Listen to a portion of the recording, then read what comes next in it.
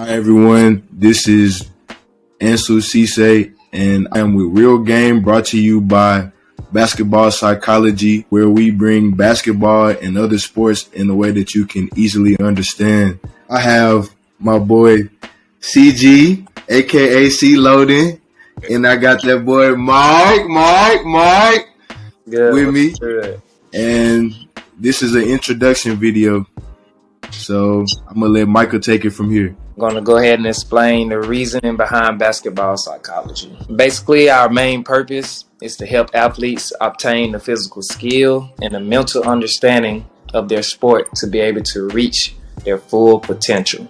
The formula that we preach to all of our athletes is preparation plus opportunity equals success.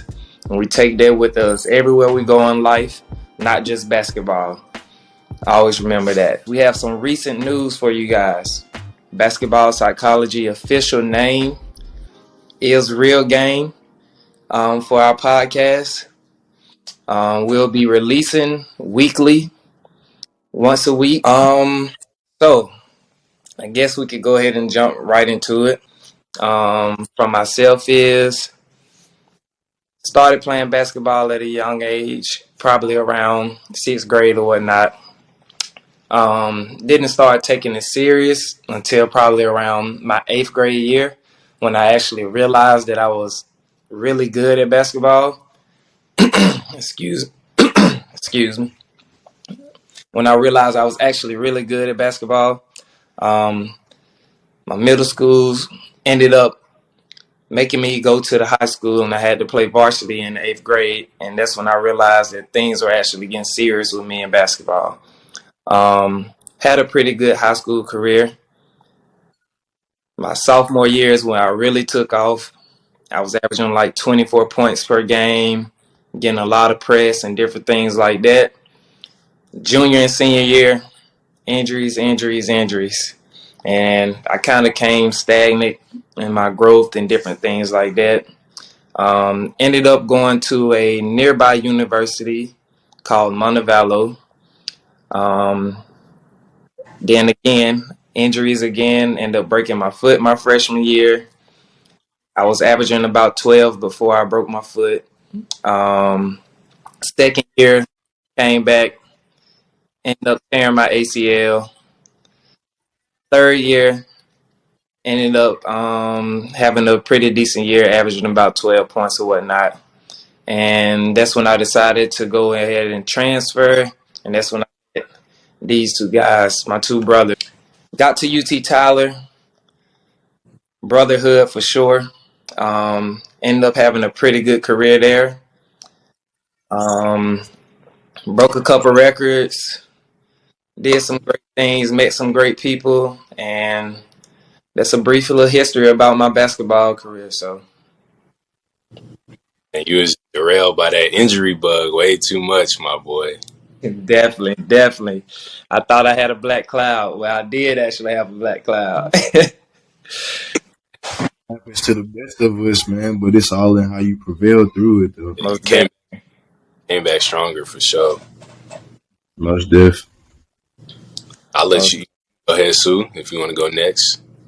Okay, well, for me, my basketball story starts around 9th grade, where I transitioned from playing football, straight football, to playing basketball through something my dad told me. He was just like, you got to pick one because I really don't want you to play football. So I just tried basketball, ended up falling in love with it.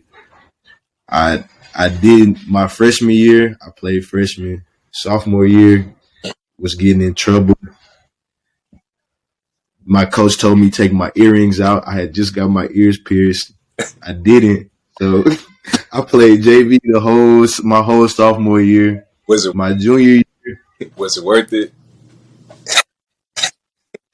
I mean, at the end, my end goal was to get on varsity, and I ended up getting there. And we used to whoop varsity when I was on JV anyways. We used to whoop them.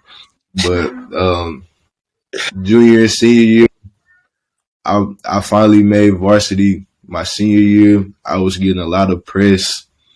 getting a lot of news interviews. I was in the paper, getting news articles, all this. And we ended up going to state.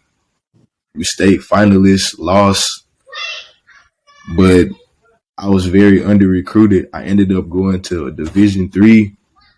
I went there one semester, left, walked on at a JUCO, earned a scholarship. I played my way through that. My second year, scholarship player at the JUCO, all conference player, averaged like 10, 7, 4 assists, 3 steals. Then went to UT Tyler late in the summer, signed there, met these guys. Chris was my roommate. Mike was across the hall, and we just clicked. We clicked right then and there. I only got to play 1 year at Tyler. I was there too, but I played one. It was a rough year for me starting out, mentally, emotionally, physically. I just couldn't stay on the court. But when I was there, I gave it my all. Got co-defensive player of the year for the team with my boy Chris. My second year, I was just there in spirit. Well, I was there physically, but in spirit because of an ankle injury. It was a nagging ankle injury, and it just put me in a bad place. But I'm better now, and I'm still on my journey to become a professional basketball player, and that's all I have.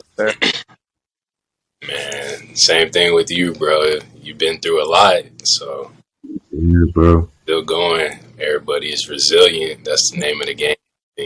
Facts. Who can withstand and last the longest. Most Facts.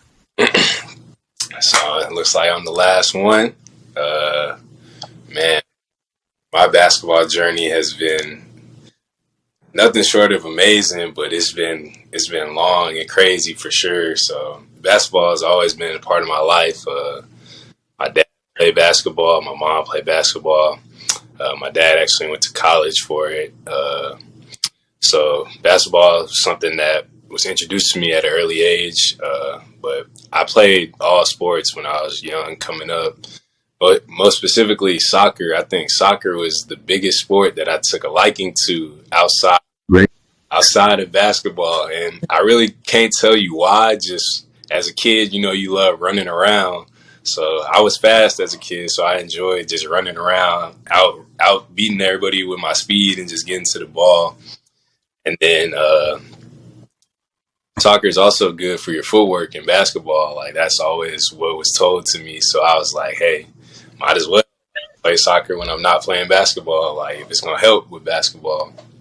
But really started to fall in love with basketball. And then like you, Mike, around high school, 8th grade is when I started to take it real serious, because I could tell, other people were starting to take it serious, and, it was starting to become more of a business, or I wouldn't say so just yet, but you could see it starting to line up at where basketball starts to become a little bit more of a business. So my freshman year of high school, I was part of a really good team down here in Texas, Plano West High School. We had a lot of prospects on the team, 3-star, 4-star players. And so we had a lot of talent. I was a freshman, as I said, and it was a lot of upperclassmen. So I came in and made an impact, but those guys were definitely the star of the show, the main focus. And then my sophomore year, most of those guys came back, and I actually earned a starting spot. So I was the lone sophomore on the team full of juniors and seniors. And that team, we actually won state championships. So that was something that I hold with me to this day, because not too many. Watching that game was crazy, bro. Shout out my boy DJ Hogue, hit the game winner. So yeah, that was definitely crazy, something I remember forever. And then my junior year kind of started to get some notoriety, just because I was part of the state team, and then I was the only returner that was on the state team. So did decent my junior year. It was a struggle for sure, but I was able to, build up my name outside of just the team and get some notoriety. And then my senior year, decided to transfer to prep school, Finley Prep, out in Las Vegas. Part of a great team there. It's national team, national schedule. So got to play against a ton of current NBA players and play with some current NBA players and stuff like that. So that was a great opportunity and great journey for me. And then after high school, decided to go to Oklahoma, University of Oklahoma, for my freshman year. That's where my dad played basketball, and so kind of wanted to follow in his footsteps, kind of continue the lineage. Decided to leave there after 1 year, just wasn't really the place for me. Attended JUCO, Hutchinson Community College in Kansas. It's a pretty renowned junior college for basketball. They've put a lot of guys just back into Division I or just continue on into school so they can continue their dreams. At the end of the season, towards the end of the season, at JUCO, got hurt my ankle. So wasn't able to play in the conference tournament, and then we didn't qualify for the national tournament.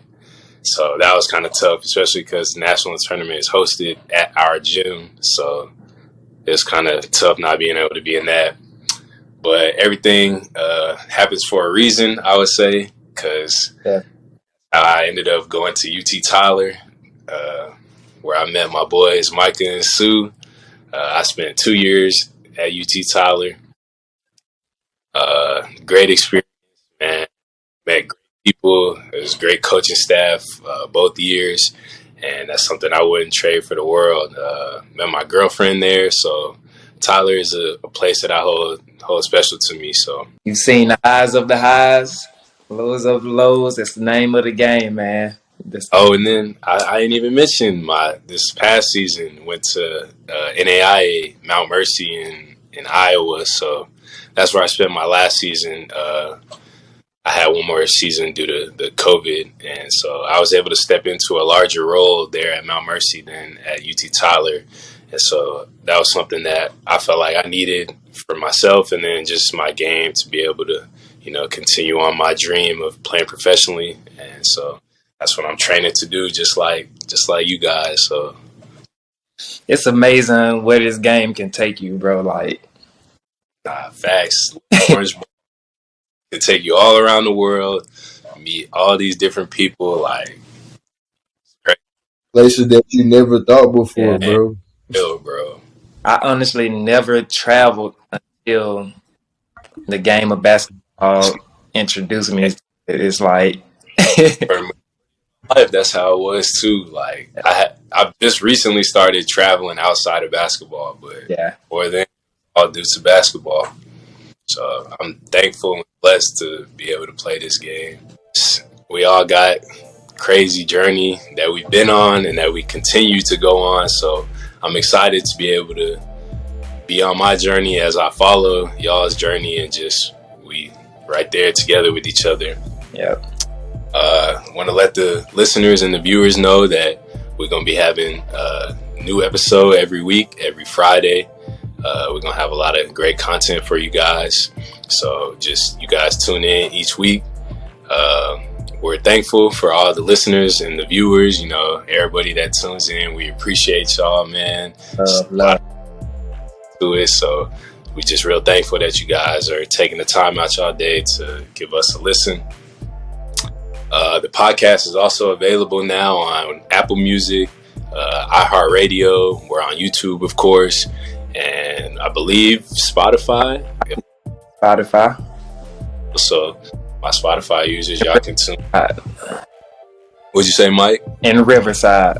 Oh yeah, in Riverside. Shout out to Riverside. That's where we recording this podcast at.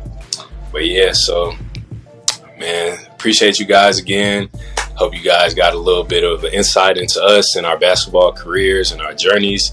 And I just hope you guys follow along with us. Again, this CG. I'm here with my boy Mike. Got Sue down there. Man, we're going to tap in with y'all next time, man. Appreciate y'all.